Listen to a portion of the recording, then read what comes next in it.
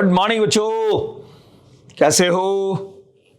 उम्मीद करता हूं अच्छे होंगे, स्वस्थ होंगे और हमेशा मुस्कुरा रहे होंगे। आप सवालों का अभ्यास भी कर रहे होंगे। और हम ग्राफिकल सेक्शन पर चल रहे थे काइनेमेटिक्स के अंदर बच्चों, और ग्राफिकल सेक्शन में आप पहुंच चुके थे वेलोसिटी टाइम ग्राफ के क्वेश्चंस पर। हमने देखा कि वेलोसिटी टाइम ग्राफ के अंदर हम 5-6 बातें निकालते हैं: distance, displacement, average speed, average velocity, acceleration, retardation और मीन वेलोसिटी। उनको निकालने का तरीका भी मैंने समझाया और 2-3 क्वेश्चन हमने कर भी लिए थे। तो हमें ये पता चल गया था कि यार ग्राफ के क्वेश्चंस करने में हमें दो ही चीजें अच्छे से कैलकुलेट करनी आनी चाहिए। या तो हमें ग्राफ का एरिया की जरूरत पड़ती है या फिर स्लोप की जरूरत पड़ती है। हमने वेलोसिटी टाइम ग्राफ के अंदर लास्ट क्वेश्चन जो किया था बच्चों, वो क्वेश्चन ये था कि पार्टिकल रेस्ट से स्टार्ट हो रहा था, कांस्टेंट एक्सेलरेशन से उसने एस डिस्टेंस कवर करी, फिर कांस्टेंट वेलोसिटी से 2s डिस्टेंस कवर करी, फिर कांस्टेंट रिटार्डेशन से फाइनली कम्स टू रेस्ट में 3s डिस्टेंस कवर करी। और हमने पूछा उसमें एवरेज और मैक्सिमम वेलोसिटी का रेशियो क्या आया। निकाल दिया था आपने 3/5। चलिए याद करो बच्चों, मोशन अंडर ग्रेविटी के अंदर आपने एक सवाल किया था, रॉकेट वाला सवाल किया था अपन ने। मैं सिर्फ डायग्राम बना रहा हूं समझाने के लिए आपको वापस से। सवाल में बोला गया था अपने से कि a rocket is fired vertically up from ground with an acceleration 10 metre per second square. After 1 minute its fuel is finished. तो यहां पर अपने पास में सपोज 1 मिनट कंप्लीट हो गए, तो यहां का टाइम है आपके पास 1 मिनट। 1 मिनट का मतलब हो गया बेटा 60 सेकेंड।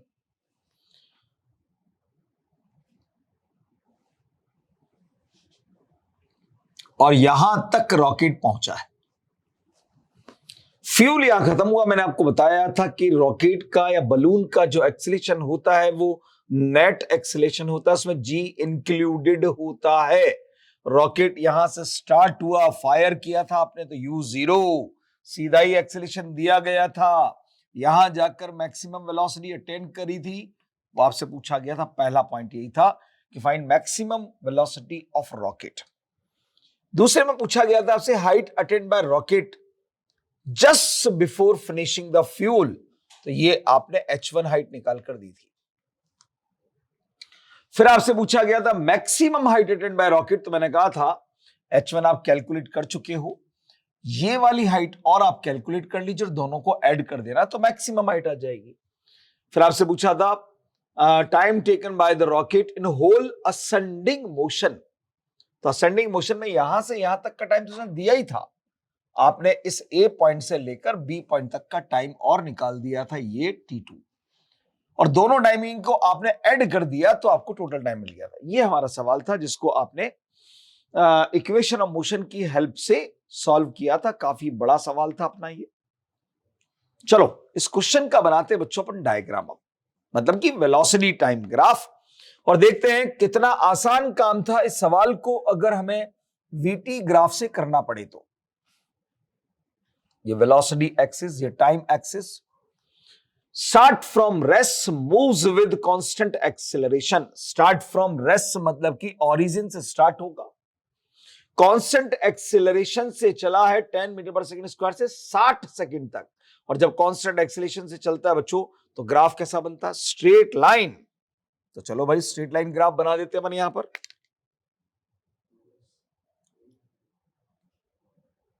60 सेकंड तक ये टाइम आपको 60 सेकंड दिया हुआ, मतलब यहां से लेकर यहां तक का टाइम 60 सेकंड है ये। और यहां का एक्सेलरेशन आपको दिया हुआ है 10 मीटर पर सेकंड स्क्वायर।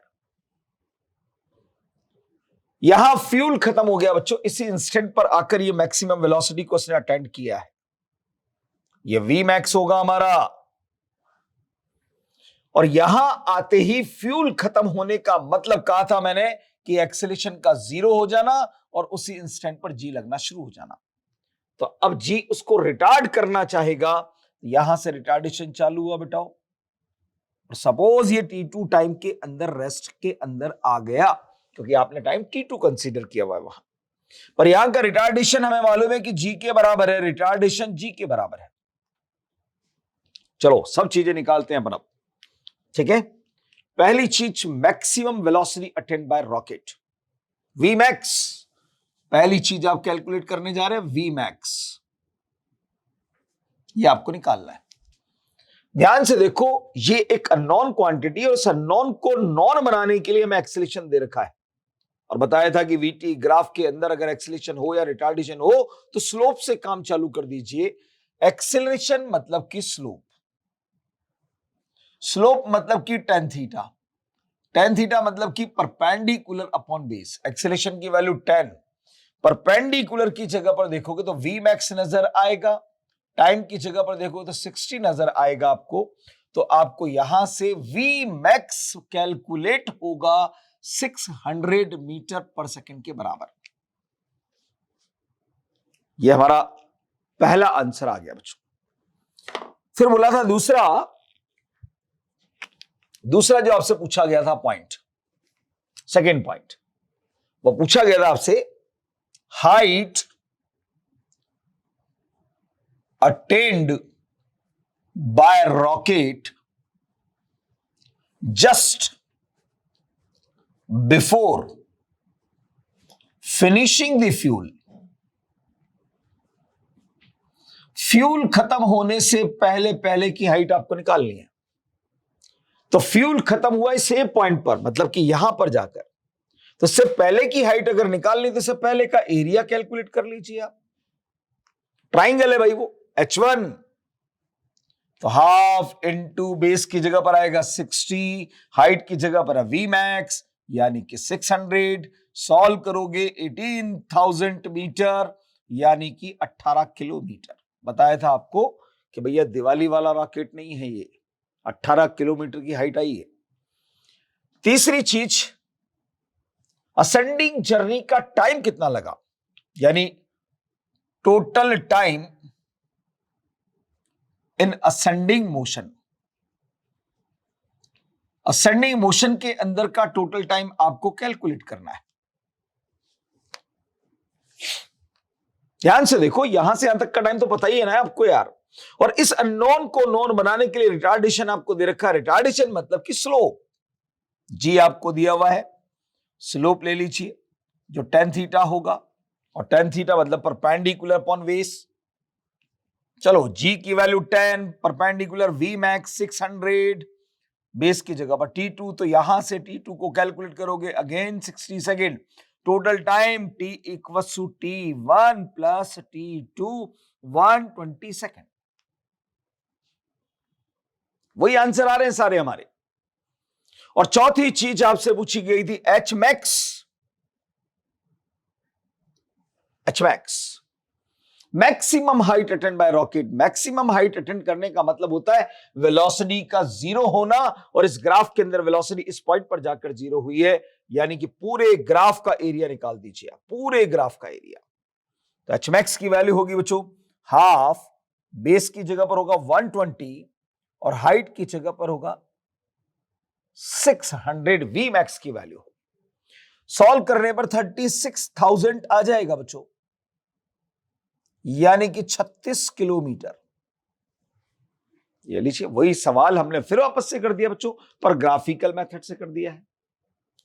बहुत जल्दी जल्दी सवाल होते हैं ग्राफ से, क्योंकि दो ही चीज कैलकुलेट करनी है ना यार। पहली चीज निकालने के लिए स्लोप यूज किया, दूसरी चीज निकालने के लिए एरिया यूज किया, तीसरी चीज टाइम निकालने के लिए फिर स्लोप यूज कर लिया, चौथी चीज निकालने के लिए फिर एरिया। कर क्या रहा हूं मैं, दो ही तो चीज काम कर रहा हूं यार। इस ग्राफ के अंदर या तो स्लोप पढ़ने की जरूरत पड़ रही है या फिर एरिया निकालने की जरूरत पड़ रही है। चलिए, इसी तरीके का एक और सवाल हम करेंगे, पर वो स्टैंडर्ड क्वेश्चन की फॉर्म में हम करेंगे बच्चों, स्टैंडर्ड क्वेश्चन।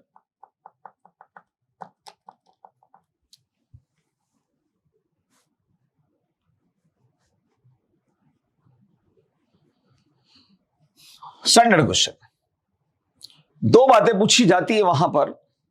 क्वेश्चन क्या है, a car start from rest, start from rest, moves with constant acceleration alpha for some time.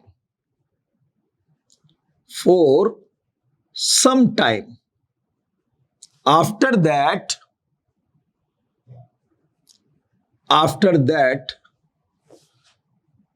moves with constant retardation beta, and finally comes to rest.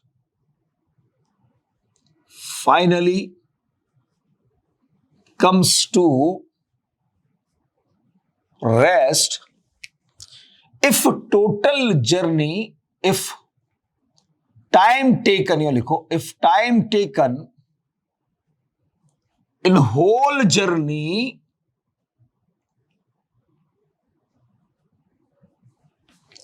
is capital T second, then find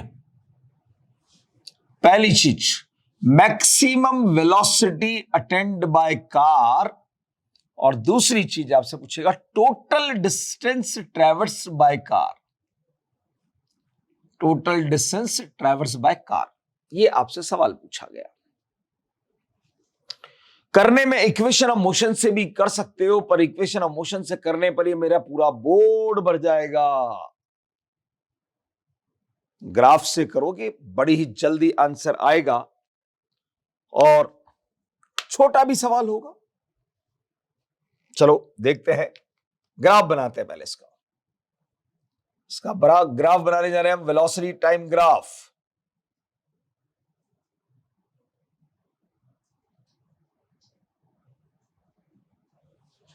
ये velocity axis बच्चों, ये time axis.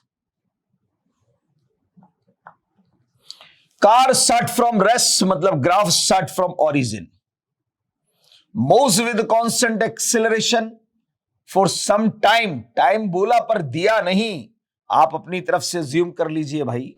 मान लिया मैंने small T time तक, small T time तक car accelerate हुई constant acceleration alpha से। उसके बाद वो रिटार्ड हुई कांस्टेंट रेट बीटा से, और फाइनली कम्स टू रेस्ट। हो गया बच्चों। फाइनल रेस्ट पर आने का मतलब वेलोसिटी का 0 हो जाना, और इस पार्ट में रिटार्डेशन आपको दिया हुआ है। टोटल जर्नी का टाइम आपको दिया गया कैपिटल टी। इसका मतलब रिटार्डिंग टाइम अगर देखोगे आप तो वो टी माइनस टी के बराबर हो जाएगा बच्चों। ध्यान से देखो, मैक्सिमम वेलोसिटी कहां अटेंड हुई? यहां पर बच्चों।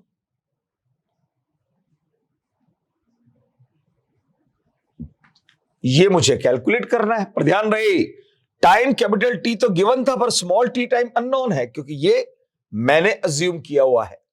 चलो सबसे पहले मुझे मालूम है कि एक्सेलेरेशन दे रखा है, तो आपको पता है एक्सेलेरेशन अगर दे रखा है तो वो स्लोप ही होगा, मतलब कि tan थीटा होगा। tan थीटा होता है परपेंडिकुलर अपॉन बेस, यानी कि v मैक्स अपॉन t। तो यहां से आप t की वैल्यू को अगर कैलकुलेट करते हो तो v मैक्स अपॉन अल्फा आता है। इसको मैंने पहली इक्वेशन दे दिया बच्चों, क्योंकि मेरे पास v मैक्स भी अननोन है और t भी अननोन है, तो इन दो अननोन को नॉन बनाने के लिए मुझे दो इक्वेशन एटलीस्ट बनानी पड़ेगी। तो पहली इक्वेशन मुझे एक्सेलरेशन दे रखा था, उससे निकाल दी। अब दूसरी इक्वेशन बीटा दिया हुआ रिटार्डेशन, तो उससे निकाल देता हूं यार बच्चों। अगेन स्लोप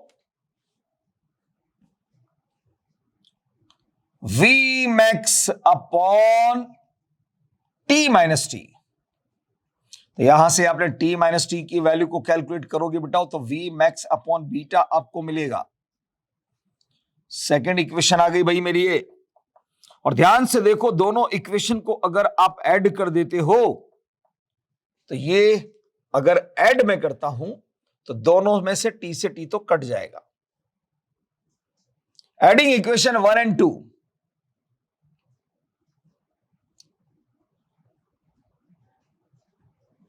तो लेफ्ट साइड पर केवल टी बचेगा, राइट साइड से वी मैक्स को कॉमन लीजिएगा, तो ब्रैकेट में आपको मिलेगा 1 upon alpha plus 1 upon beta के बराबर। ब्रैकेट में आप एलसीएम ले लीजिए, अल्फा बीटा आप अगर एलसीएम ले लेंगे तो यहां पर मिलेगा बीटा प्लस अल्फा के बराबर, और आप अब यहां से निकाल दीजिए वी मैक्स की वैल्यू, वो आएगी alpha beta upon alpha plus beta into T के बराबर। ये हमारे इस क्वेश्चन का बन गया बच्चों MTR, मेमोरी टिप्स रिजल्ट। ये पहला पार्ट वी मैक्स आप कैलकुलेट कर चुके हो।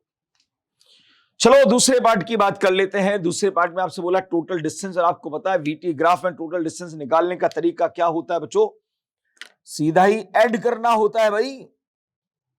एरिया निकालिए, यहां पर ये पूरा एरिया आपको निकालना पड़ेगा।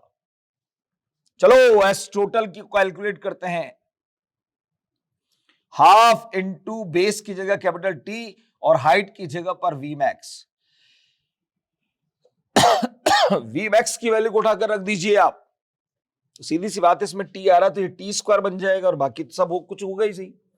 तो एस टोटल इक्वल्स टू बनेगा alpha beta upon 2 times of alpha plus beta into T square.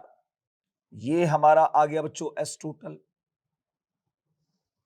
अब सुनिए मेरी बात को ध्यान से, करने में 5-6 सवाल कर चुके बच्चों, पर हमने एक बात नोट करी, मैंने आपसे कहा जब जब सवाल में आपको रेस्ट विद कांस्टेंट एक्सेलरेशन ऐसा पेपर में अगर मिलेगा तो आपके दिमाग में कभी ये नहीं आएगा कि सवाल को हम वीटी ग्राफ से करें यार छोटा हो जाएगा, कभी नहीं आएगा, इक्वेशन ऑफ मोशन ही आएगी।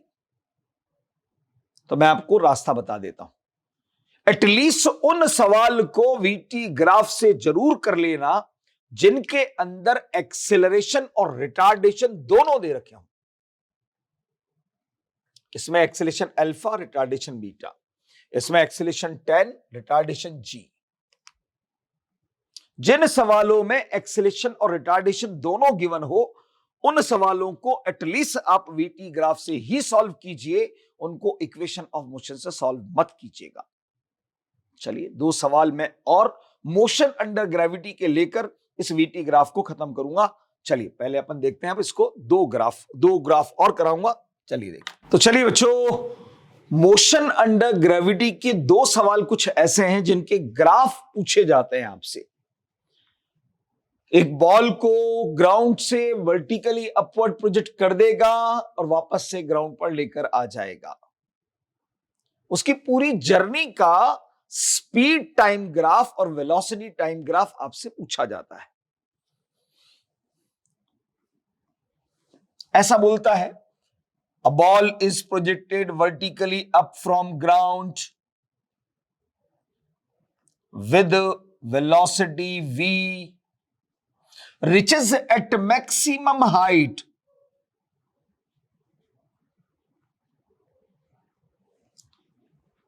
then returns back with same speed, returns back with same speed, यानी v स्पीड से ही आकर ग्राउंड पर टकराएगी। Draw its speed time graph and velocity time graph for whole journey, पूरी जर्नी के लिए स्पीड टाइम ग्राफ और वेलोसिटी टाइम ग्राफ निकालना है। समझना भाई ध्यान से, पहले मोशन कैसा हुआ है बच्चों, असेंडिंग मोशन हुआ है और जी कहां लग रहा है, नीचे की तरफ। बाद में डिसेंडिंग मोशन हुआ है और जी कहां लग रहा है, नीचे की तरफ। तो इस असेंडिंग जर्नी के अंदर ये जी कांस्टेंट रिटार्डेशन की तरह काम करेगा और डिसेंडिंग मोशन के अंदर ये जी कांस्टेंट एक्सेलरेशन की तरह काम करेगा। कांस्टेंट एक्सेलरेशन हो या कांस्टेंट रिटार्डेशन हो, बनता तो वीटी ग्राफ स्ट्रेट लाइन ही है बच्चों। चलो भाई, ये तो कंफर्म हो गया कि हाँ, यहां रिटार्डिंग पार्ट भी बनेगा और एक्सेलरेटिंग पार्ट भी बनेगा। बनेगा स्ट्रेट लाइन ही, पर पहले स्टार्टिंग पॉइंट की बात करनी पड़ेगी। तो पहले मैं बात कर रहा हूं आपसे स्पीड टाइम ग्राफ की बच्चों। स्पीड टाइम ग्राफ रिप्रेजेंट तो इसको भी बच्चों हम वीटी से ही करते हैं, पर हमें मालूम है कि स्पीड एक स्केलर क्वांटिटी है और स्पीड इज ऑलवेज पॉजिटिव। तो भैया टी इक्वल टू जीरो वाली सिचुएशन पर अगर आप आते हो तो टी इक्वल टू जीरो पर स्पीड v है। उसके बाद जैसे जैसे पार्टिकल ऊपर जाएगा वैसे वैसे v डिक्रीज होता जाएगा और लास्ट में जाकर जीरो हो जाएगा। चलो स्पीड टाइम ग्राफ बनाने जा रहे हैं बच्चों, क्योंकि पहले रिटार्डिंग पार्ट बनेगा, ग्राफ में चेक भी करना पड़ेगा कि रिटार्डिंग पार्ट बना है या नहीं बना है, यानी रिटार्डेशन है कि नहीं है, देख तो लो। स्पीड एक्सिस, यहां time axis. T equal to zero पर स्पीड v मैक्सिमम है, तो टी इक्वल टू जीरो पर स्पीड v मान लो यहां पर v है भाई। अब जैसे जैसे पार्टिकल ऊपर जाएगा वैसे वैसे स्पीड डिक्रीज होना शुरू होगी और हाईएस्ट पॉइंट पर जाकर स्पीड जीरो हो जाएगी बच्चों। चलो ध्यान से देखिएगा, तो यहां से स्पीड डिक्रीज होना शुरू हुई,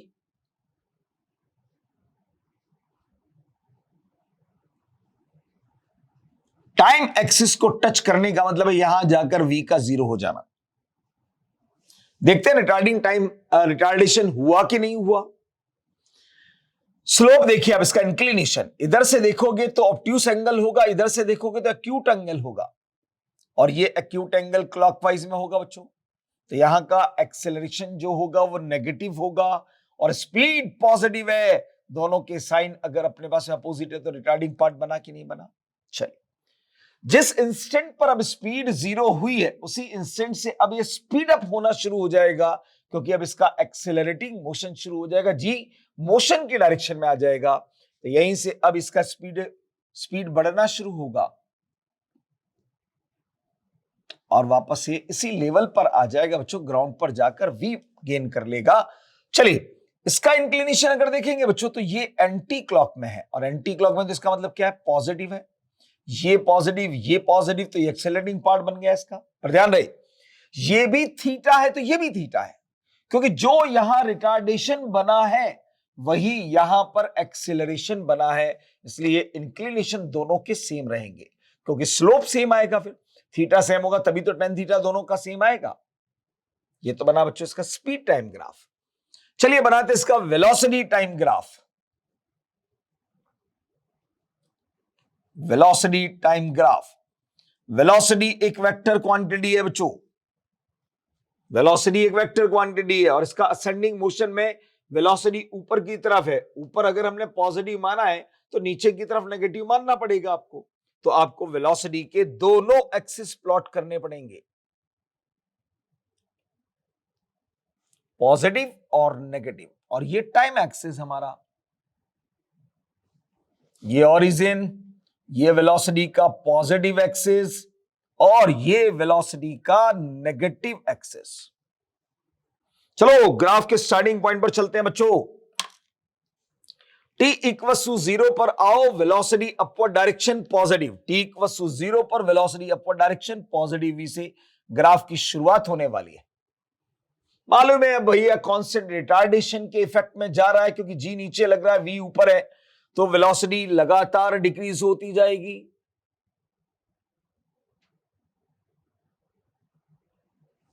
यहां आकर वेलोसिटी जीरो हो जाएगी। डायरेक्शन देखो, यह है अपने पास में क्लॉकवाइज यानी नेगेटिव एक्सेलरेशन, और वेलोसिटी पॉजिटिव, तो रिटार्डिंग पार्ट बन गया बच्चों। जिस इंस्टेंट पर वेलोसिटी जीरो हुई है उसी इंस्टेंट पर मोशन की डायरेक्शन पलट गई है, ऊपर जाते आते अब नीचे आना शुरू हो गया। ऊपर की डायरेक्शन को पॉजिटिव वेलोसिटी से रिप्रेजेंट किया है, तो नीचे की डायरेक्शन को नेगेटिव से शो करना पड़ेगा। तो ग्राफ अब नेगेटिव वी एक्सिस की तरफ जाएगा, स्पीड अप होना शुरू हो गया है, तो इसी ग्राफ को आगे एक्सटेंड कर दीजिए।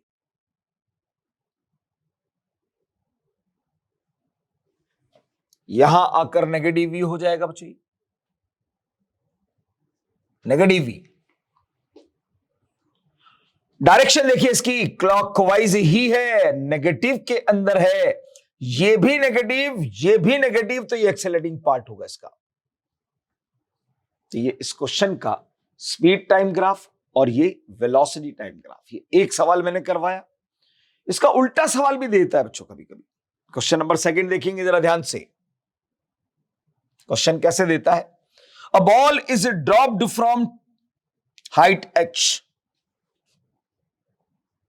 strikes elastically at ground. Elastically eight ground का मतलब होगा बच्चों जितनी स्पीड से ये टकराएगी ना उतनी ही स्पीड से रिबाउंड होगी। There is no loss in energy. यहां पर अगर मान लीजिए कि ये v स्पीड से टकरा रही है बच्चों, इलास्टिक कॉलिजन अगर है तो कोएफिशिएंट ऑफ रेस्टिट्यूशन की वैल्यू 1 हो जाती है, यहां से उतनी ही स्पीड से रिबाउंड हो जाएगी, जितने से टकराई उतने से ही लौट जाएगी। यहां पर जब ये बॉल ऊपर जाएगी वापस से उतनी हाइट को गेन कर लेगी बच्चों।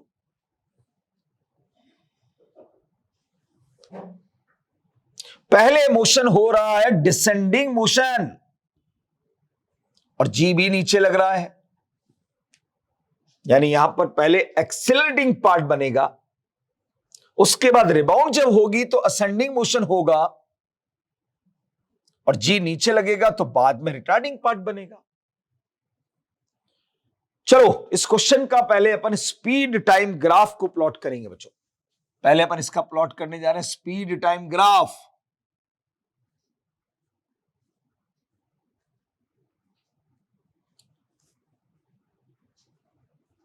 स्पीड एक स्केलर क्वांटिटी है, इसका पॉजिटिव एक्सिस ही बनेगा हमेशा, नेगेटिव एक्सिस कभी नहीं बनेगा, क्योंकि स्पीड कभी नेगेटिव होती नहीं है बच्चों।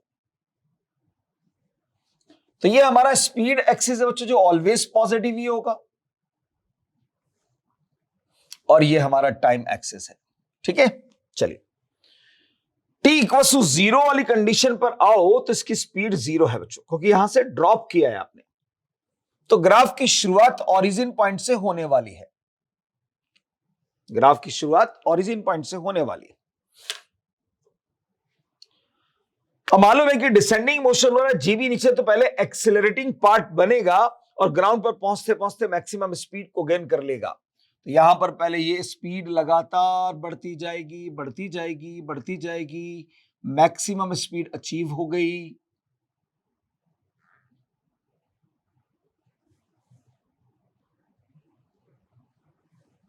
वी गेन कर लिया। चाहो तो चेक कर लीजिए, डायरेक्शन देखो इसकी इंक्लिनेशन की क्या है बताओ, एंटी क्लॉकवाइज, पॉजिटिव, ये भी पॉजिटिव, तो इस स्पीड अप ग्राफ हो जाएगा, यानी एक्सेलरेटिंग ग्राफ हो जाएगा। अब जिस इंस्टेंट पर टकराया उस इंस्टेंट पर रिबाउंड होकर रिटार्डिंग पार्ट पर जाना शुरू हो जाएगा, तो यहां से लगातार स्पीड डिक्रीज होना शुरू होगी और वापस से मैक्सिमम हाइट पर जाकर स्पीड 0 हो जाएगी। चेक कर लीजिए, ये क्लॉकवाइज है, ये नेगेटिव है, ये पॉजिटिव है, तो ये रिटार्डिंग पार्ट होगा। ये बना बच्चों इसका स्पीड टाइम ग्राफ। बात करते हैं बच्चों अब इसके वेलोसिटी टाइम ग्राफ की। वो थोड़ा सा टिपिकल है, वेलोसिटी टाइम ग्राफ देखिएगा जरा ध्यान से। वेलोसिटी के दोनों एक्सिस बनाइएगा, पॉजिटिव नेगेटिव दोनों एक्सिस बनेंगे, क्योंकि डायरेक्शन नीचे भी है तो ऊपर भी है। ये टाइम का एक्सिस, ये ओरिजिन, ये वेलोसिटी का पॉजिटिव एक्सिस, ये वेलोसिटी का नेगेटिव एक्सिस। चलिए बच्चों इनिशियल कंडीशन पर आइए, t=0 पर ध्यान से देखो, तो t=0 पर आपको मिलेगा वेलोसिटी 0 है, तो मतलब ग्राफ की शुरुआत तो ओरिजिन पॉइंट से ही होगी, यहीं से होने वाली है। पर आपको पता है डायरेक्शन ऑफ वेलोसिटी जो होती है उसी को हम, डायरेक्शन ऑफ इनिशियल वेलोसिटी को हम पॉजिटिव डायरेक्शन लेते हैं, पर बताया था जब u 0 होता है तो डायरेक्शन ऑफ मोशन को पॉजिटिव लेते हैं। नीचे की तरफ मोशन है, नीचे की वाली डायरेक्शन को पॉजिटिव मान लीजिए आप, इसको पॉजिटिव मानोगे तो पॉजिटिव में वेलोसिटी बढ़ती जाएगी, बढ़ती जाएगी, बढ़ती जाएगी और ग्राउंड पर जाकर वेलोसिटी पॉजिटिव मैक्सिमम हो जाएगी, क्योंकि ये एक्सेलरेटिंग पार्ट है। तो चलिए, अपन ने डाउनवर्ड डायरेक्शन को नेगेटिव अगर पॉजिटिव कंसीडर किया हुआ है तो पहले पॉजिटिव में वेलोसिटी इंक्रीज होना शुरू हो जाएगी। टाइम के इस इंस्टेंट पर ये पॉजिटिव वी मैक्स हो जाएगा। अब समझने की बात है, जिस इंस्टेंट पर पॉजिटिव वी मैक्स है उसी इंस्टेंट पर नेगेटिव वी मैक्स भी है। टकराती उसी इंस्टेंट पर लौट जाती है बॉल। तो जिस इंस्टेंट पर पॉजिटिव वी मैक्स है उसी इंस्टेंट पर नेगेटिव वी मैक्स भी है बच्चों। एक ही इंस्टेंट पर डायरेक्शन चेंज की वजह से दो दो वेलोसिटीज हैं आपके पास। टाइम का ये वो इंस्टेंट है जहां पर पॉजिटिव वी मैक्स है, तो नेगेटिव में भी वी मैक्स होना चाहिए। तो फिर ग्राफ को आपको शिफ्ट करना पड़ता है। तो शिफ्टिंग करने के लिए आपको हमेशा डॉटेड लाइन का ही यूज करना होता है।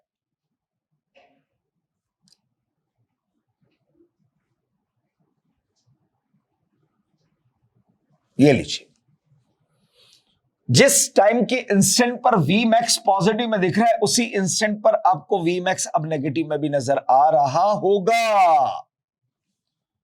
चलिए, अब क्या है, तो रिटार्डिंग पार्ट शुरू हो गया भाई इसका। v अब लगातार डिक्रीज होता जाएगा और हाईएस्ट पॉइंट पर जाकर v की वैल्यू 0 हो जाएगी। तो यहां से v लगातार डिक्रीज होता जाएगा और ये लास्ट में जाकर 0 हो जाएगा। चेक कर लीजिए आप इंक्लिनेशन के बेसिस पर। देखो आप इधर, ये डायरेक्शन है हमारे पास में एंटी क्लॉक, पॉजिटिव, ये एक्सेलरेटिंग पार्ट। इधर से देखोगे तो एंगल ऑब्ट्यूज बनेगा, इधर से देखोगे तो एक्यूट बनेगा, और ये भी एंटी क्लॉकवाइज है। ये पॉजिटिव, ये नेगेटिव, तो डेफिनेटली ये रिटार्डिंग पार्ट होगा। ये इसका वेलोसिटी टाइम ग्राफ और इसका ये स्पीड टाइम ग्राफ। हाँ, ये सवाल ऐसे पूछा गया था बच्चों। अगर मान लो इसकी जगह पर ग्राफ आपको ऐसे दे दे बच्चों, समझ लेना, बस ऐसे ही छोटा सा बनाकर समझा रहा हूं।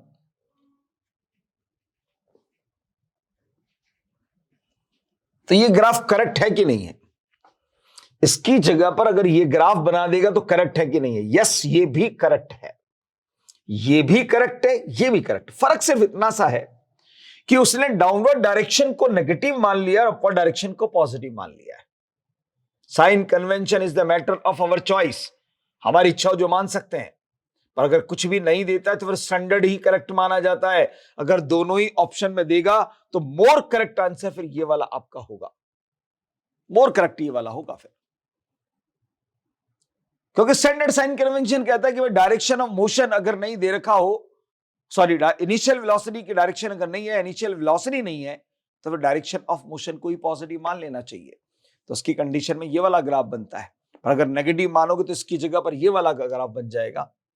तो ग्राफ ये भी सही है।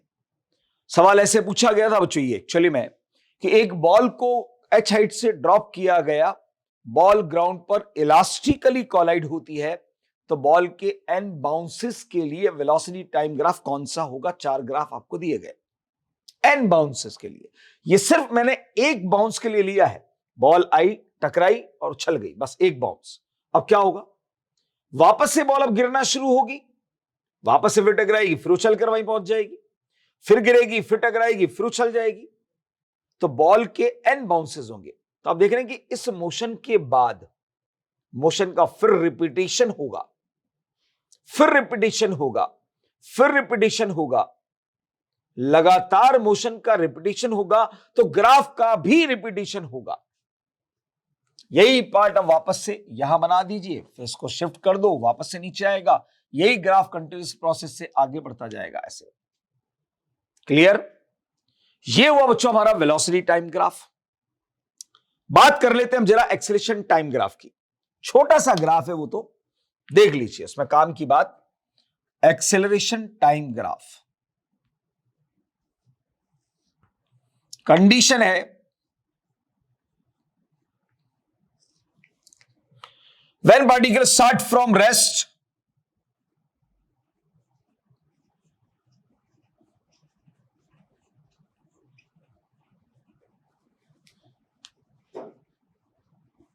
moves with constant acceleration, constant acceleration से मूव कर रहा है, रेस्ट से स्टार्ट हुआ है, यानी इनिशियल में कोई वेलोसिटी उसके पास मौजूद नहीं है, u इक्वल टू 0 है बच्चों। कांस्टेंट एक्सेलरेशन है तो मोशन का पाथ जो बनेगा वो तो स्ट्रेट लाइन ही बनने वाला है।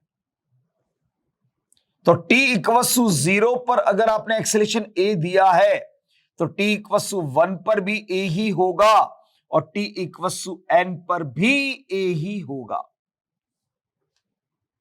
क्योंकि एक्सेलरेशन कांस्टेंट है भाई। तो आप अगर यहां पर एक्सेलरेशन का ग्राफ बनाएंगे, एक्सेलरेशन टाइम का, तो देखो कैसा बनेगा। टाइम पर डिपेंडेंट एक्सेलरेशन नहीं है, यानी acceleration is proportional to T की पावर 0। समझ गए होंगे इस रिलेशन के बेसिस पर ग्राफ कैसा बनने वाला है। ग्राफ बनने वाला है बच्चों straight line but parallel to time axis. अगर ये एक्सेलरेशन आपने पॉजिटिव मान रखा है, क्योंकि कांस्टेंट एक्सेलरेशन तो पॉजिटिव डायरेक्शन में भी हो सकता है, नेगेटिव डायरेक्शन में भी हो सकता है। तो अगर आपने एक्सेलरेशन पॉजिटिव माना है तो पॉजिटिव ए से शुरू होगा और ऐसे जाएगा। अगर ये नेगेटिव एक्सेलरेशन आपने माना है तो ग्राफ फिर नेगेटिव पर बनेगा, और क्या है यार, या -a कर दीजिएगा, ये ग्राफ बनेगा।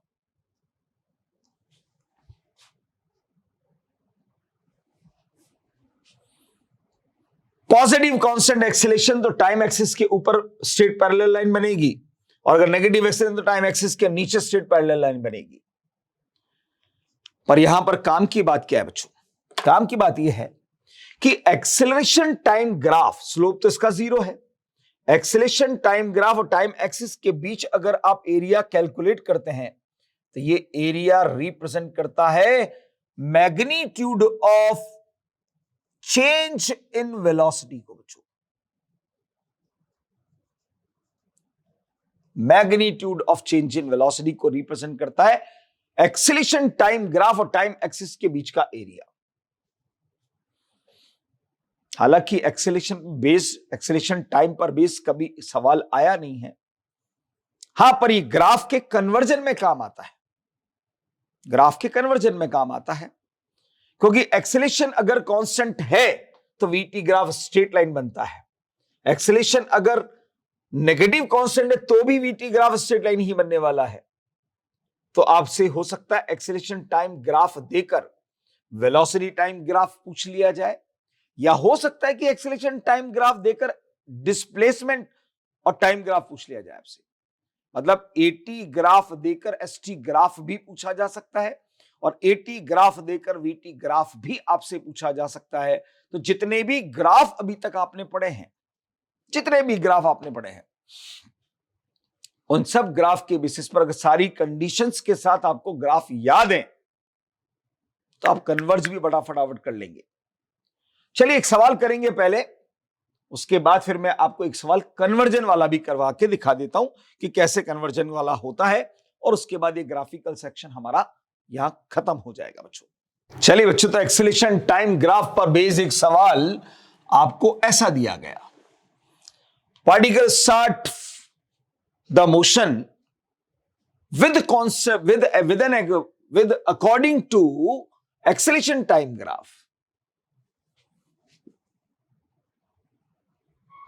आपको एक्सेलरेशन टाइम ग्राफ पार्टिकल का दिया गया बच्चों, स्टार्ट फ्रॉम रेस्ट बोला गया सवाल के अंदर, पर ग्राफ आपको कुछ ऐसे बनाकर दिया, ऐसा दिया।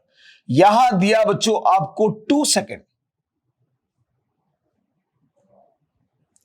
यहां दिया आपको 4 सेकेंड, और यहां आपको दिया है 4 मीटर पर सेकंड स्क्वायर। अब कुछ बातें सीखने को मिलेगी आपको जब आपने इतने ग्राफ पढ़ लिए हैं। तो बोला गया find velocity of particle after 4 second. 4 second के बाद पार्टिकल की वेलोसिटी को कैलकुलेट कीजिए। सुनो ध्यान से। अब अपन अपनी सुविधा के लिए पहले 2 सेकंड के लिए नाम दे दिया अपन ने ओ ए और फिर दे दिया ए बी। मुझे दिख रहा है बच्चों यहां पर कि ए बी पार्ट में पार्टिकल का जो एक्सेलरेशन है वो कांस्टेंट है, क्योंकि वो पैरेलल टू टाइम एक्सिस है। पर 2 सेकंड के लिए एक्सेलरेशन कांस्टेंट नहीं है बच्चों, स्ट्रेट लाइन दे रखा है। इसका मतलब है फॉर फर्स्ट 2 सेकंड के लिए अगर हम देखें, फॉर फर्स्ट 2 सेकंड, तो यहां कह सकते हैं भाई acceleration is proportional to time होगा, क्योंकि स्ट्रेट लाइन है। दोनों फिजिकल क्वांटिटी की पावर सेम हो, प्रोपोर्शनल का रिलेशन हो, तो ये स्ट्रेट लाइन ग्राफ बनता है ना भाई। प्रोपोर्शनल के साइन को आप हटाओगे तो ये केटी आएगा, यानी ओ से लेकर ए पार्ट तक की इक्वेशन ये बनेगी, और ये स्ट्रेट लाइन की इक्वेशन है। तो y इक्वल टू mx के साथ कंपैरिजन करोगे तो स्लोप की जगह पर आपको क्या नजर आएगा बच्चों? कांस्टेंट k आएगा। तो इस k की वैल्यू कैसे निकालें हम? स्लोप से निकलेगी, मतलब tan थीटा से निकलेगी। Perpendicular upon base 4/2 equal to 2, constant आ गया हमारा, यानी कि a की वैल्यू आ गई बच्चों 2t के बराबर। ठीक है, चलो हमसे पूछा गया कि वेलोसिटी 4 सेकंड के बाद निकालिए, और ये एक्सेलरेशन आपको एक वेरिएबल एक्सेलरेशन नजर आ रहा होगा, वेरिएबल एक्सेलरेशन है ये। तो भैया इंटीग्रेशन मेथड से वेलोसिटी निकलेगी, तो आप इस एक्सेलरेशन को dv अपॉन dt लिख दीजिए और dt को इधर ले आइए। dv अपॉन dt को मैं इधर ले आया। Integrate on both side with proper limits. 0 से 2 सेकंड तक आपको चलाना है, क्योंकि पहले 2 सेकंड के लिए काम कर रहे हैं हम। तो dv इनिशियल वेलोसिटी 0 है, फाइनल वेलोसिटी यहां पर v बनी है, तो v इक्वल्स टू आपको मिलेगा 2t²/2। 0 से 2 सेकंड तक लिमिट, 2 से 2 उड़ा दीजिए, upper limit minus lower limit, तो v की वैल्यू आपको मिल रही है 4 मीटर पर सेकंड के बराबर।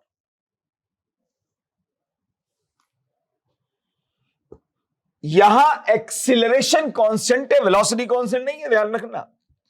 ये मैंने ओए पार्ट के लिए काम किया फर्स्ट 2 सेकंड के लिए। चलो तो अगले 2 सेकंड के लिए काम कर लेते हैं अब, for next 2 second.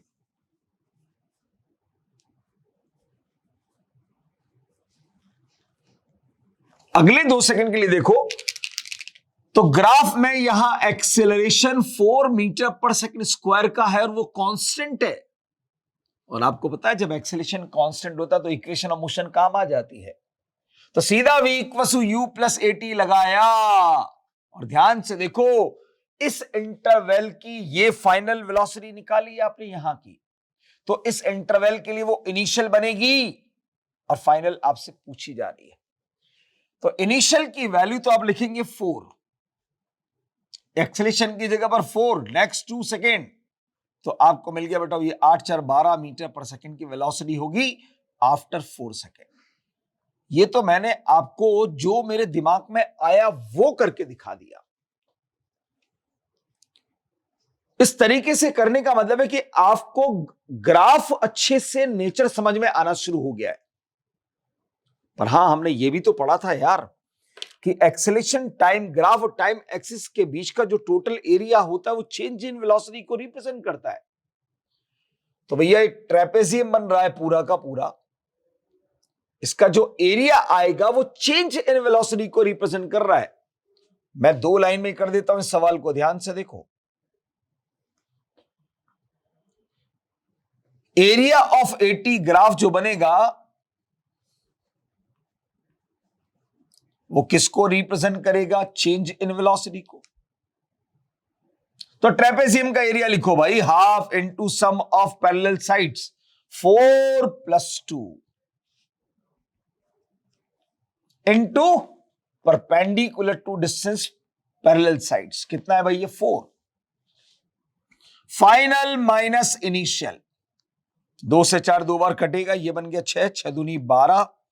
Final velocity निकालनी थी, इनिशियल 0 है, पार्टिकल स्टार्ट फ्रॉम रेस्ट बोला गया। ठीक है, तो यहां से वी फाइनल की वैल्यू बन गई 12 और 12 ही हमारा आंसर आया था। ये लीजिए, पहली लाइन, दूसरी लाइन, तीसरी लाइन में आंसर। ऐसे भी हम कर सकते थे इसको। ठीक है, चलिए अब ग्राफ कन्वर्जन का क्वेश्चन अपन कर लेते हैं। क्वेश्चन आपको कुछ ऐसा दिया हुआ है कि पार्टिकल के मोशन का एक्सेलेरेशन टाइम ग्राफ आपको दिया गया, इनिशियल वेलोसिटी 0 है, ग्राफ देकर ग्राफ का ही कन्वर्जन पूछा गया बच्चों।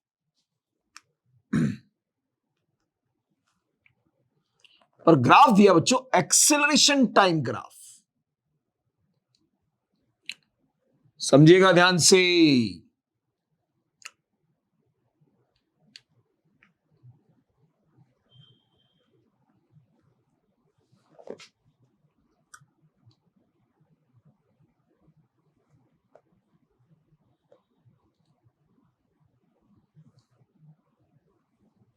ओह सॉरी, डॉटेड लाइन हुई है ना।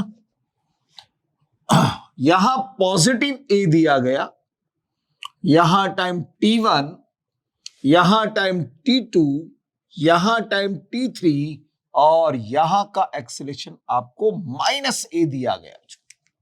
स्टार्ट फ्रॉम रेस्ट बोला गया था, u की वैल्यू 0 ही लेकर चलनी है आपको सवाल में। तो पार्टिकल का मोशन पहले 0 से लेकर t1 टाइम तक देखें अगर बच्चों, तो पॉजिटिव कांस्टेंट एक्सेलरेशन के इफेक्ट में चल रहा है, पर t1 से t2 के बीच में कोई एक्सेलरेशन नहीं दे रखा है। पर हां, t2 से t3 के बीच में नेगेटिव डायरेक्शन का एक्सेलरेशन आपको दिया गया है। कैसे अब हम यहां पर ग्राफ का कन्वर्जन करेंगे, समझिएगा ध्यान से। आप ऐसा कीजिए, आसान काम बताता हूं आपको, जिससे ज्यादा दिमाग नहीं लगाना पड़े आपको। एक्सिस के नीचे हर टाइम इंटरवल पर ऐसे आप डॉटेड लाइंस को प्लॉट कर लीजिए, जिससे कि आपको पता रहेगा कि इतने से पार्ट में मुझे ग्राफ कैसा बनाना है। आसानी होगी, मतलब सोचने में आसानी होगी।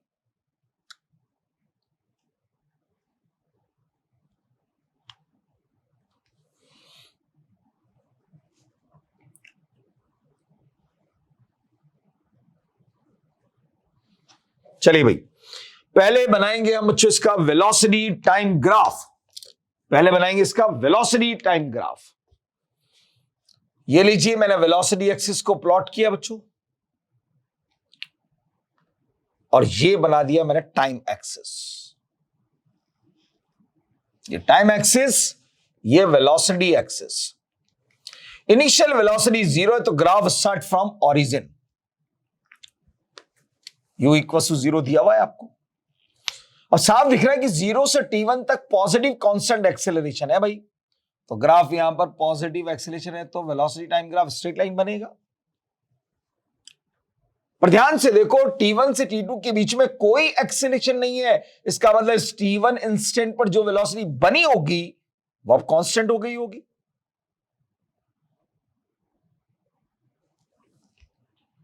वेलोसिटी पॉजिटिव है, पर एक्सेलरेशन इस इंटरवल में नेगेटिव हो गया, मतलब रिटार्डेशन चालू हो गया बच्चों।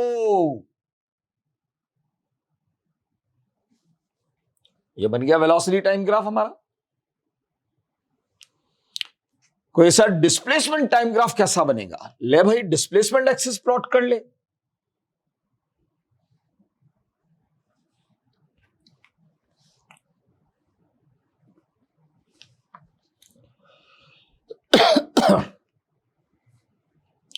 रेस्ट से स्टार्ट हुआ है, कांस्टेंट एक्सेलरेशन है। पैराबोलिक टाइम एक्सिस को टच करते हुए पैराबोला बनाना होगा। कांस्टेंट वेलोसिटी है, स्ट्रेट लाइन ग्राफ।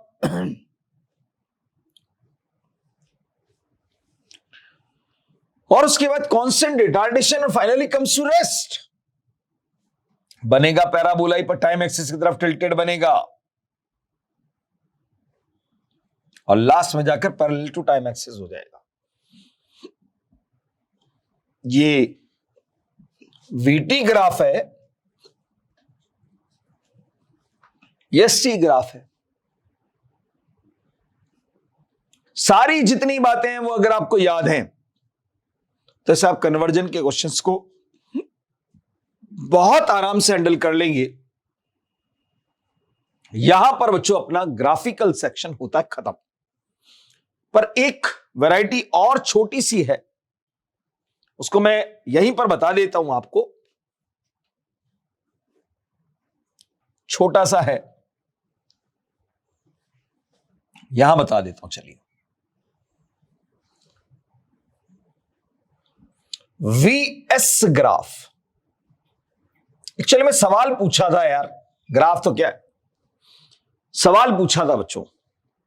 सवाल क्या था कि पार्टिकल रेस से स्टार्ट हुआ, मतलब ऐसी कोई नई बात नहीं मिलेगी यहां पर, वही सब बातें हैं पुरानी।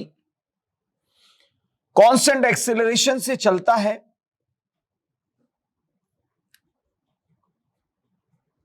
और एस डिस्प्लेसमेंट कवर करने के बाद उसकी वेलोसिटी v बन जाती है। तो आपसे पूछा गया वेलोसिटी और डिस्प्लेसमेंट के बीच में ग्राफ बनाओ। एक्सेलरेशन कांस्टेंट है, एस से चला है बच्चों, तो इक्वेशन ऑफ मोशन कंफर्म है v और s के बीच में। थर्ड इक्वेशन ऑफ मोशन लगती है बच्चों, v square equal to twice as, क्योंकि u तो 0 है। अब मालूम है ट्वाइस a कांस्टेंट टर्म है, तो v square is proportional to s बनेगा। याद करो ग्राफ का नेचर पैराबोलिक होगा। दो फिजिकल क्वांटिटीज अनइक्वल पावर की प्रोपोर्शनल के साइन से रिलेटेड है, तो ग्राफ का नेचर पैराबोला होता है। और इन जनरल ग्राफ जिस क्वांटिटी के ऊपर पावर कम होती है उसकी तरफ टिल्ट होता है, सिमेट्रिकल पैराबोलिक ग्राफ बनेगा। तो अगर मैं v और s के बीच में ग्राफ बना रहा हूं बच्चों, तो पावर किसकी कम, s की कम, तो s की तरफ टिल्टेड पैराबोलिक ग्राफ बन जाएगा, खत्म। ये vs ग्राफ हो गया हमारा। क्लियर हो गया सबको? यहां जाकर ग्राफिकल सेक्शन अपना खत्म हो जाता है बच्चों। और अब हम स्टार्ट करते हैं काइनेमेटिक्स 1D मोशन का आखिरी आर्टिकल रिलेटिव मोशन, जो कि हम अगली क्लास के अंदर पढ़ेंगे बच्चों, रिलेटिव मोशन। तो देखते हैं रिलेटिव मोशन के अंदर कंसेप्ट्स कैसे यूज करेंगे, क्या कंसेप्ट्स होता है, रिलेटिव का क्या मतलब होता है, रिलेटिव मोशन वर्ड का क्या मतलब है, इन सब बातों को डिस्कस करेंगे हम अगली क्लास के अंदर। पढ़ते रहिएगा, मुस्कुराते रहिए और खुश रहिएगा। Thank you so much. Good morning बच्चों, कैसे हो? अच्छे होंगे और सवालों का अभ्यास कर रहे होंगे बराबर। चलिए आज हम काइनेमेटिक्स का आखिरी आर्टिकल 1D मोशन का लास्ट आर्टिकल शुरू करने जा रहे हैं बच्चों, relative motion. Most important article इसलिए बोला जाता है इसको क्योंकि एक तो सवाल डायरेक्ट आते हैं बच्चों इस पर, दूसरी बात कि इस आर्टिकल से हम बहुत बड़े बड़े सवालों को छोटा करके भी सॉल्व कर सकते थे।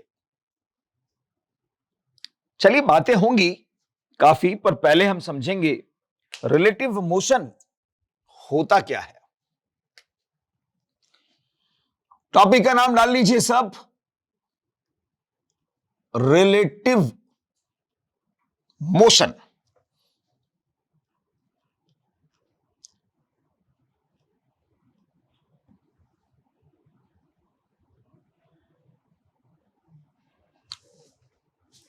अब देख रहे हैं बच्चों कि रिलेटिव के बाद एक वर्ड आ रहा है मोशन, और जहां कहीं पर भी मोशन वर्ड आता है तो इस मोशन से रिलेटेड 5 ऐसे एलिमेंट है, 5 क्वांटिटीज हैं। मतलब मोशन बोल रहा है, इसका मतलब 5 क्वांटिटीज में से किसी भी क्वांटिटी की बात कर सकता है। डिस्टेंस, डिस्प्लेसमेंट, स्पीड, वेलोसिटी और एक्सेलरेशन।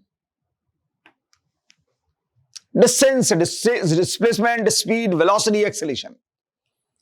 तो रिलेटिव मोशन मतलब कि रिलेटिव डिस्टेंस पूछ सकता है, relative displacement, relative speed, relative velocity, relative acceleration. पर पहले हमें समझना पड़ेगा इस रिलेटिव का मतलब क्या है, इसका सेंस क्या है, क्योंकि इनके बारे में तो हम पढ़ चुके हैं, सबके बारे में, इनके बारे में तो हम सब पढ़ चुके हैं। बात कर रहे हैं अब रिलेटिव वर्ड की बच्चों। चलिए पहले डायग्राम को समझिएगा। मान लो कि ये कोई एक रेफरेंस पॉइंट है, मेरा O पॉइंट, और इस रेफरेंस के रेस्पेक्ट में मैंने यहां पर दो पार्टिकल्स की पोजीशंस को सेलेक्ट किया हुआ है बच्चों। यहां मान लेते हैं भाई पार्टिकल A है, यहां मान लेते हैं पार्टिकल B है। इस पार्टिकल A का डिस्प्लेसमेंट XA वेक्टर इस रेफरेंस के रेस्पेक्ट में, और इस पार्टिकल B का डिस्प्लेसमेंट है XB वेक्टर। इस पर्टिकुलर इंस्टेंट पर पार्टिकल A की वेलोसिटी को मैं कंसीडर कर रहा हूं बच्चों VA वेक्टर, और यहां इसकी वेलोसिटी को कंसीडर किया जा रहा है VB वेक्टर। ठीक है, अब पहले मैं इस रिलेटिव वर्ड का मतलब समझाने के लिए किसी एक फिजिकल क्वांटिटी को एज ए रेफरेंस लेकर काम करूंगा, और जो काम उस क्वांटिटी को लेकर करूंगा वो सभी क्वांटिटीज के लिए वैलिड होगा, ध्यान रखना। कहने का मतलब मैं एक क्वांटिटी पकड़ रहा हूं इसमें से, और उस क्वांटिटी के बेसिस पर मैं आपको रिलेटिव वर्ड का मतलब समझाऊंगा, तो जो मतलब उस क्वांटिटी के लिए निकलेगा बाकी सभी क्वांटिटीज के लिए वही मतलब होगा। ठीक है, मान लो अब सवाल में आपसे ऐसे लिखा हुआ मिला, displacement of particle B with respect to A, ये मिला। इस लाइन को बहुत ध्यान से पढ़ लीजिए सब।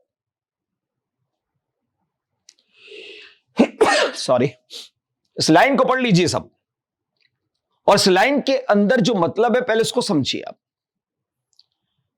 बताइए मुझे कि इस लाइन के अंदर मैंने किस फिजिकल क्वांटिटी की बात करी है, डिस्प्लेसमेंट की। किस पार्टिकल के डिस्प्लेसमेंट की बात की है, B के, और किसके रेस्पेक्ट में की है, A के रेस्पेक्ट में।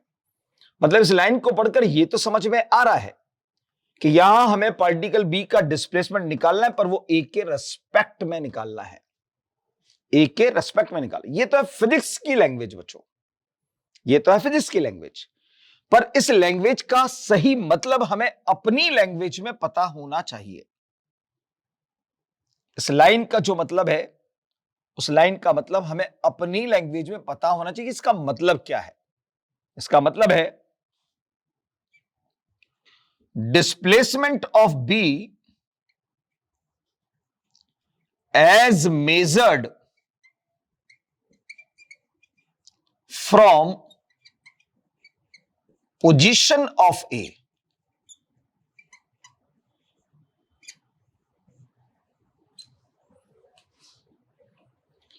B का डिस्प्लेसमेंट बताओ, पर बताना कहां से? पार्टिकल A की पोजीशन से बताना है, क्योंकि जो रेफरेंस बना है उसकी पोजीशन से आपको दूसरे पार्टिकल के लिए वो फिजिकल क्वांटिटी कैलकुलेट करनी होगी। तो पार्टिकल A की पोजीशन पर आ जाओ भाई, ये रही, और यहां से पार्टिकल B का डिस्प्लेसमेंट पढ़ लीजिए आप, बताओ कितना होगा। A की पोजीशन से B का डिस्प्लेसमेंट पढ़ो, कितना होगा? आप कहोगे सर XB माइनस XA। जी नहीं, XB vector minus XA vector. Displacement है भाई, डिस्प्लेसमेंट, डिस्प्लेसमेंट वेक्टर क्वांटिटी है। ठीक है, तो कितना आया बच्चों? A की पोजीशन से B का displacement XB vector minus XA vector. अब ये जो फिजिक्स की लैंग्वेज लिखी हुई है, इसको मैं मैथमेटिकल फॉर्म में लिख रहा हूं। क्या निकालना है? Displacement x vector. किसका निकालना है? B का निकालना है। किसके रेस्पेक्ट में निकालना है? A के रेस्पेक्ट में। जो भी रेस्पेक्ट बनेगा वो बाद में लिखा जाएगा। ठीक है, जो भी रेस्पेक्ट बनेगा वो बाद में लिखा जाएगा, जिसका निकालना है वो पहले लिखा जाएगा। डिस्प्लेसमेंट के सफिक्स में आपने बी का लिख दिया ए के रेस्पेक्ट में, और इसकी वैल्यू आपको मिली थी x b vector minus x a vector. ये हमारा रिलेटिव डिस्प्लेसमेंट का फॉर्मूला बन गया बच्चों, x b vector minus x a vector. और हम सबने पढ़ा है बच्चों, rate of change of displacement with respect to time is known as instantaneous velocity. पढ़ा है आप सबने।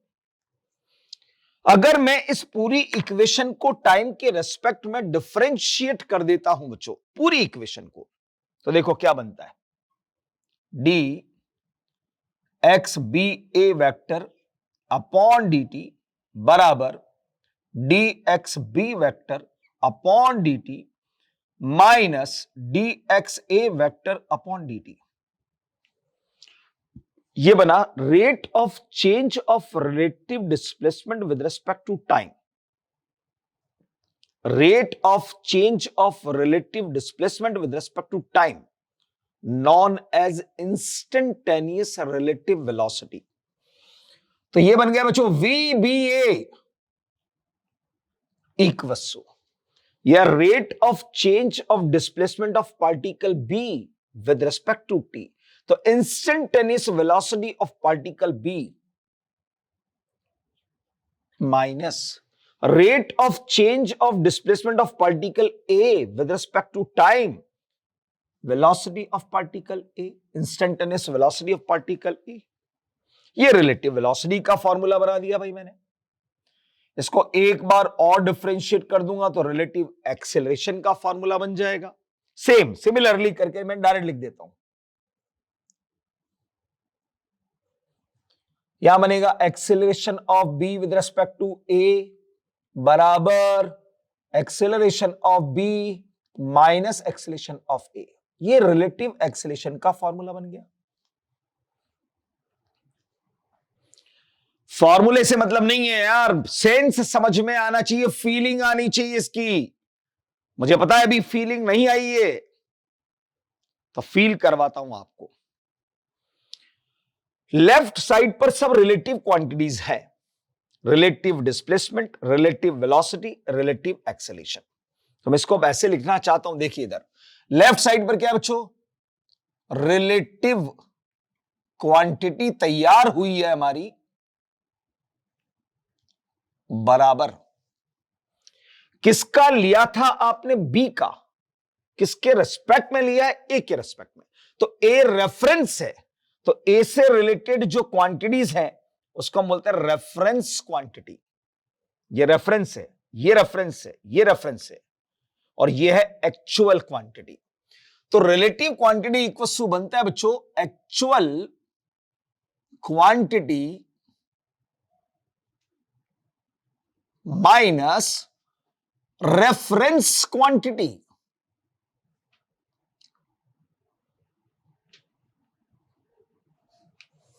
क्वांटिटी वर्ड तो हटा दो, तो सिंपल वर्ड का मतलब निकलता है अपने पास में कि रिलेटिव का सही मतलब क्या है। मैं फील करवाऊंगा अभी आपको इसको। रिलेटिव का मतलब होता है एक्चुअल माइनस रेफरेंस। ये रिलेटिव का मतलब बच्चों कि जब भी रिलेटिव चाहिए तो एक्चुअल माइनस रेफरेंस ही करना पड़ेगा। पर ये नेगेटिव साइन का क्या सिग्निफिकेंट है यहां पर, ये हमें समझना पड़ेगा। तो इसी को मैं अगर लिखना चाहूं तो ऐसे लिख सकता हूं बच्चों कि रिलेटिव इक्वल्स टू, अगर मैं इस एक्चुअल के अंदर रेफरेंस के नेगेटिव को ऐड कर दूं तो भी मतलब तो वही निकला ना, माइनस साइन था ना। इस माइनस का मतलब है कि हमें एक्चुअल के अंदर रेफरेंस के नेगेटिव को ऐड करेंगे तो जाकर रिलेटिव मिलेगा आपको, तो जाकर रिलेटिव मिलेगा आपको। चलो अब इसको मैं प्रैक्टिकल एग्जांपल से आपको फील करवाता हूं। ये रिलेटिव वर्ड का मतलब है बच्चों, सही मतलब तो ये है कि रिलेटिव का मतलब होता है एक्चुअल के अंदर हमें रेफरेंस के नेगेटिव को ऐड करना होता है तो हमें रिलेटिव दिखाई देता है। चलिए अब समझना जरा ध्यान से, बहुत प्यार से समझिएगा बात को ध्यान से। मैं प्रैक्टिकल एग्जाम्पल की बात करूंगा और वो आपने अपनी लाइफ में देखा है, इसलिए मैं उसकी बात कर रहा हूं आपसे। मान लो कि आप रोड पर चल रहे हैं और आपकी स्पीड है 10 किलोमीटर पर आवर। मान लो इस डायरेक्शन में आप जा रहे हैं, 10 किलोमीटर पर आवर से आप जा रहे हैं। सामने से एक कार आ रही है जिसकी वेलोसिटी है 40 metre per second, 40 kilometre per hour. Sorry, आपने 10 किलोमीटर पर आवर आपने अपनी मानी थी, तो कार की स्पीड आ रही है 40 किलोमीटर पर आवर से, उधर से आ रही है। और एक कार 40 किलोमीटर पर आवर से आपके पीछे से आ रही है। जो सामने से आ रही है मैंने उसको नाम दे दिया ए कार, और जो पीछे से आ रही है उसको नाम दे दिया मैंने बी कार। दोनों की स्पीड सेम रखी है मैंने 40 किलोमीटर पर आवर। चलते चलते आपने दोनों कारों को ऑब्जर्व किया। चलते चलते आपने दोनों कारों को ऑब्जर्व किया। आप रुके हुए नहीं है, ध्यान रखना, आप चल रहे हो, ठीक है। और चलते चलते आपने दोनों कारों के मोशन को ऑब्जर्व किया है। तो आपने प्रैक्टिकली फील करा होगा बच्चों कि जो व्हीकल सामने से हमारे आता है वो हमें बहुत तेजी से चलता हुआ दिखाई देता है, और जो व्हीकल हमारी ही डायरेक्शन में जा रहा होता है वो हमें स्लो चलते हुए दिखता है। ये तो सबने फील किया होगा भाई कि सामने से जो व्हीकल आता है वो ऐसा लगता है जैसे हमारी छाती पे ही चढ़ जाएगा, आकर एकदम तेजी से आता हुआ दिखाई देता है। और जो हमारी ही डायरेक्शन में जा रहा होता है वो हमें स्लो चलता हुआ दिखाई देता है। जबकि दोनों कार की स्पीड सेम थी 40 किलोमीटर पर आवर, तो एक कार हमें तेजी से क्यों आती हुई दिखाई दी और दूसरी कार हमें स्लो जाती हुई क्यों दिखाई दी? इस रिलेटिव कंसेप्ट की वजह से ऐसा होता है बच्चों, क्योंकि कार को ऑब्जर्व करने वाले हम, तो हमें रेफरेंस, ध्यान से समझिएगा बात को, कि सामने से आती हुई कार आपको फास्ट क्यों दिखाई दे रही है, उसका रीजन समझा रहा हूं। ये कार की वेलोसिटी 40 किलोमीटर पर आवर जो एक्चुअल है, 40 किलोमीटर पर आवर एक्चुअल है, और मैं चल रहा हूं इधर की तरफ 10 किलोमीटर पर आवर से, ये मेरी रेफरेंस है और आप इसको ऑब्जर्व कर रहे हो। तो जब आप इसको ऑब्जर्व करेंगे तो रेफरेंस का नेगेटिव किधर होगा? ये अगर इधर है तो रेफरेंस का नेगेटिव इधर होगा, अपोजिट में होगा ना भाई। तो इस रेफरेंस के नेगेटिव को आप लीजिए और इसमें ऐड कर दीजिए, तो 40 की जगह पर ये 50 से दिखाई देगी आपको, 40 की जगह 50 से दिखाई देगी। एक्चुअल में 40 से चल रही है पर आपको दिखाई दे रही है 50 किलोमीटर पर आवर से आती हुई। पर जो आपकी ही डायरेक्शन में जा रही है वो स्लो क्यों दिख रही है आपको? आप जा रहे हो 10 किलोमीटर पर आवर से, वो जा रही है 40 किलोमीटर पर आवर से। आपने इसको ऑब्जर्व किया, तो आप है रेफरेंस, तो रेफरेंस का नेगेटिव लो मतलब इसके अपोजिट में, ये अपोजिट में 10, ये कार 40 से, तो रेफरेंस के नेगेटिव को जब आप इसमें ऐड करोगे तो ये हो जाएगी 30 से, ये हो जाएगी 30 किलोमीटर पर आवर से। तो एक्चुअल में 40 पर दिख क्या रहा है? 30 से, तो स्लो ही दिखी ना यार। सामने से आती हुई कार फास्ट दिखी और हमारी डायरेक्शन में जाने वाली कार हमें स्लो नजर आई। रीजन रेफरेंस की वजह से सब गड़बड़ हो रहा है। रेफरेंस मोशन में है। अगर हम खड़े हुए होते ना तो ये भी हमें 40 से आती हुई दिखाई देती, ये भी 40 से आती हुई दिखाई देती, क्योंकि रेफरेंस रेस्ट में है। अगर रेफरेंस रेस्ट में है, if reference is at rest, तो रिलेटिव जो होगा बच्चों वो एक्चुअल के बराबर ही होगा। ये 0 कर दीजिए, तो रिलेटिव एक्चुअल के बराबर ही होगा। अगर आप ऑब्जर्वर हैं और आप अगर रेस्ट के अंदर हैं, तो आपको दुनिया की हर चीज जो एक्चुअल से चल रही है वो भी रिलेटिव दिखाई दे रही है, और एक्चुअल की जितनी वैल्यू है उतनी ही रिलेटिव में आपको दिखाई दे रही है। सब गड़बड़ होता है आपके चलने से, गड़बड़ होती है। रेफरेंस जब जब मोशन में आएगा तब तब आपको रिलेटिव ये दिखाई देगा कि एक्चुअल के अंदर आपको रेफरेंस के नेगेटिव को ऐड करना पड़ेगा। वो हो सकता है वैल्यू को बढ़ा दे और हो सकता है वैल्यू को घटा दे। तो यह है रिलेटिव का सही मतलब। अब सवाल में यही ध्यान से पढ़ना होता है कि रेफरेंस रेस्ट में है कि रेफरेंस मोशन के अंदर है। ठीक है, तो ये रिलेटिव का मतलब मैंने आपको समझाया। अब ये रिलेटिव का मतलब सभी क्वांटिटीज के लिए, ऐसा नहीं कि मैंने आपको कार का एग्जांपल दिया स्पीड वाला तो आपने रिलेटिव स्पीड का मतलब समझ लिया, नहीं, ये सभी क्वांटिटीज के लिए यही एप्लीकेबल है। चाहे वो रिलेटिव डिस्टेंस पूछे, रिलेटिव डिस्प्लेसमेंट पूछे, relative speed, relative velocity, relative acceleration. Concept के नाम पर रिलेटिव वर्ड का मतलब सिर्फ इतना होता है कि एक्चुअल के अंदर आपको रेफरेंस के नेगेटिव को ऐड करना होता है। ठीक है, अब मैं एक कंसेप्चुअल प्रॉब्लम ले रहा हूं पहले, क्योंकि अभी कंसेप्ट पूरे नहीं हुए हैं।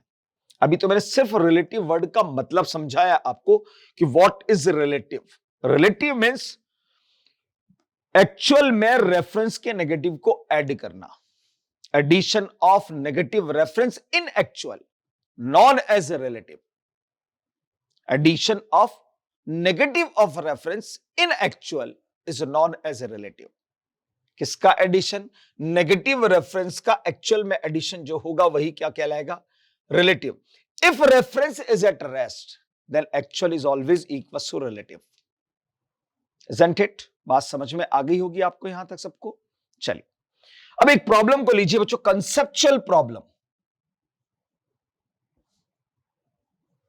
कंसेप्चुअल प्रॉब्लम हम ले रहे हैं। क्या है सवाल, समझिएगा। मान लो बच्चों यहां कोई एक कार है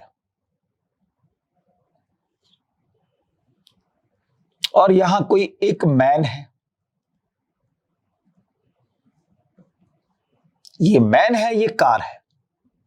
कार की स्पीड आपको 4 मीटर पर सेकंड दे रखी है और मैन की स्पीड आपको मैंने 1 मीटर पर सेकंड दे रखी है। और आपसे कहा मैंने फाइंड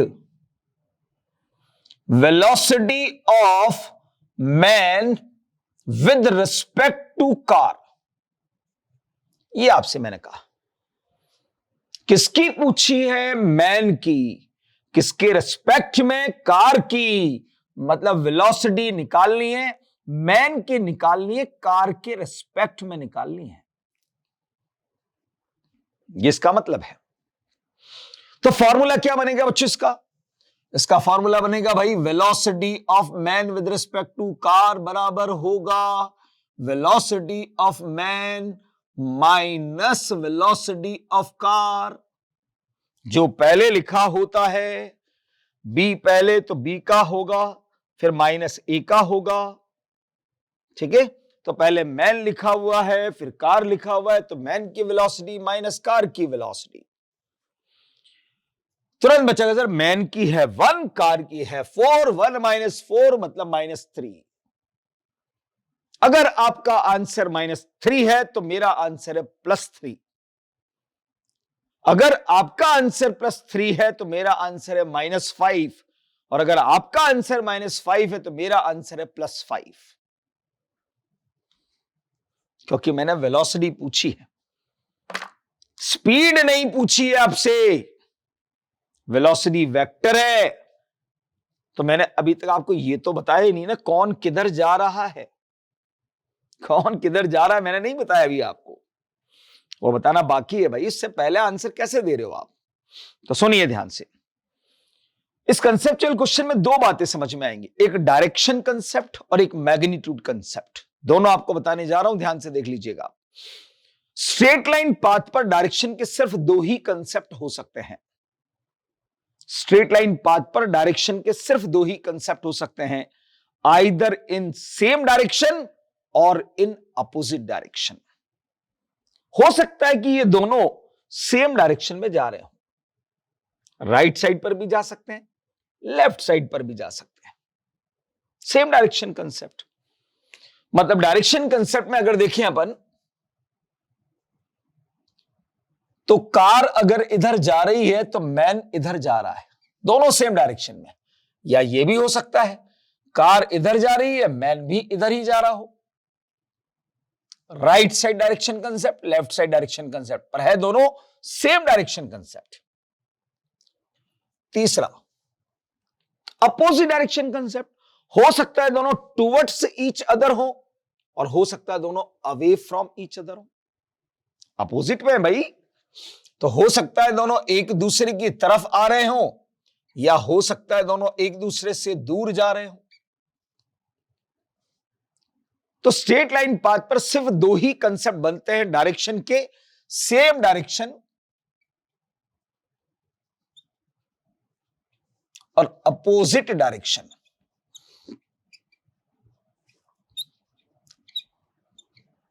स्ट्रेट लाइन पाथ पर डायरेक्शन कंसेप्ट समझ में आ गया आपको। सेम डायरेक्शन कंसेप्ट भी हो सकता है, अपोजिट डायरेक्शन कंसेप्ट भी हो सकता है। सवाल में ध्यान से देखना होता है। अब बात करते हैं मैग्नीट्यूड कंसेप्ट की। फॉर्मूला आपके सामने यार बच्चों, velocity of man minus velocity of car. सुनिए, पहले वाले का आंसर निकालने जा रहा हूं मैं। मैग्नीट्यूड सबको पता है, कार का 4 है, मैन का 1 है। तो मैन की वेलोसिटी, डायरेक्शन देखो, पहले वाले पॉइंट के अंदर डायरेक्शन देखेंगे राइट साइड, तो इसको लिखेंगे हम 1i कैप। कार की वेलोसिटी भी इधर, तो 4i कैप। जवाब बनेगा -3i cap. Here -i cap shows the direction of relative velocity and 3 is the magnitude of relative velocity. 3 उसका मैग्नीट्यूड है और -i कैप उसकी डायरेक्शन है। दूसरा कंसेप्ट ये वाला,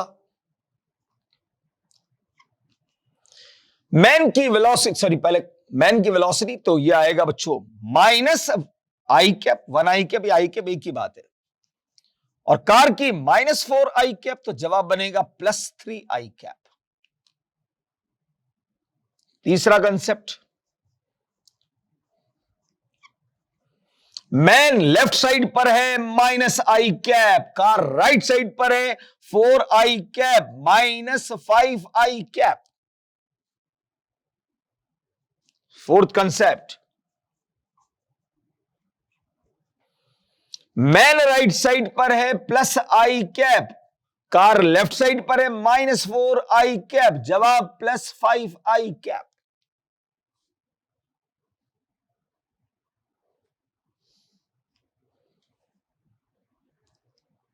क्या कंसेप्ट समझ में आया मैग्नीट्यूड का? ध्यान से देखो, पहला और दूसरा कंसेप्ट सेम डायरेक्शन का था बच्चों। तो अब ध्यान से देखो, पहले कंसेप्ट में रिलेटिव वेलोसिटी का मैग्नीट्यूड कितना है? 3, और दूसरे कंसेप्ट में भी वेलोसिटी का मैग्नीट्यूड कितना है? 3। सेम डायरेक्शन कंसेप्ट में दोनों में मैग्नीट्यूड सेम आ रहा है, और 3 कब आ सकता है? इन दोनों स्पीड के डिफरेंस से 3 आ सकता है।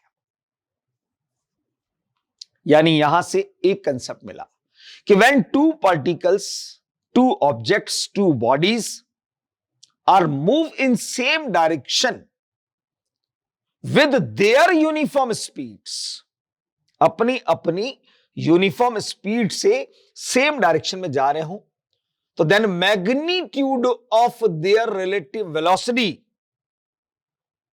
magnitude of their relative velocity is always equal to difference of their speeds। जब दो बॉडी, दो ऑब्जेक्ट, दो पार्टिकल्स सेम डायरेक्शन में अपनी अपनी यूनिफॉर्म स्पीड से चल रहे हो, तो रिलेटिव वेलोसिटी का मैग्नीट्यूड दोनों की स्पीड के डिफरेंस के बराबर होता है। इन दोनों से यह कंसेप्ट समझ में आया। 3 या 4 से देखो, अपोजिट डायरेक्शन का कंसेप्ट है, और दोनों ही कंडीशन में रिलेटिव वेलोसिटी का मैग्नीट्यूड यहां 5, यहां पर भी 5 तभी आ सकता है जब दोनों की स्पीड का सम कर दोगे आप।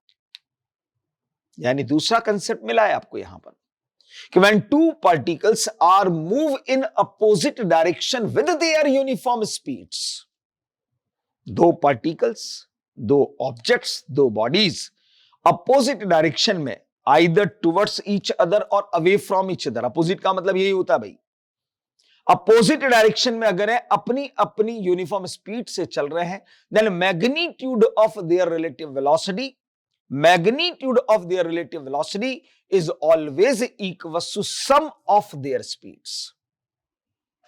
समझ में आ गया? इस कंसेप्चुअल प्रॉब्लम ने हमें जो कंसेप्ट सिखाया वो डायरेक्शन कंसेप्ट सिखाया और मैग्नीट्यूड कंसेप्ट सिखाया।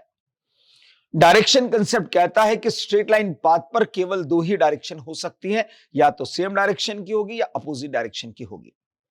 मैग्नीट्यूड कंसेप्ट बताता है कि अगर दोनों ऑब्जेक्ट सेम डायरेक्शन में जा रहे हो अपनी अपनी स्पीड से, तो रिलेटिव वेलोसिटी का मैग्नीट्यूड होता है दोनों की स्पीड का डिफरेंस, दोनों की स्पीड का डिफरेंस। और दोनों अगर अपोजिट डायरेक्शन में जा रहे हो तो रिलेटिव वेलोसिटी का मैग्नीट्यूड होता है दोनों की स्पीड का सम। समझ में आ गया? रिलेटिव वर्ड का मतलब समझाया, उसका एक ही मतलब है एक्चुअल के अंदर रेफरेंस के नेगेटिव को ऐड करना, और कंसेप्चुअल प्रॉब्लम ने दो बातों को समझाया। तो इनको अपन नोट डाउन कर लेते हैं, दोनों बातों को। चलिए करते हैं नोट डाउन।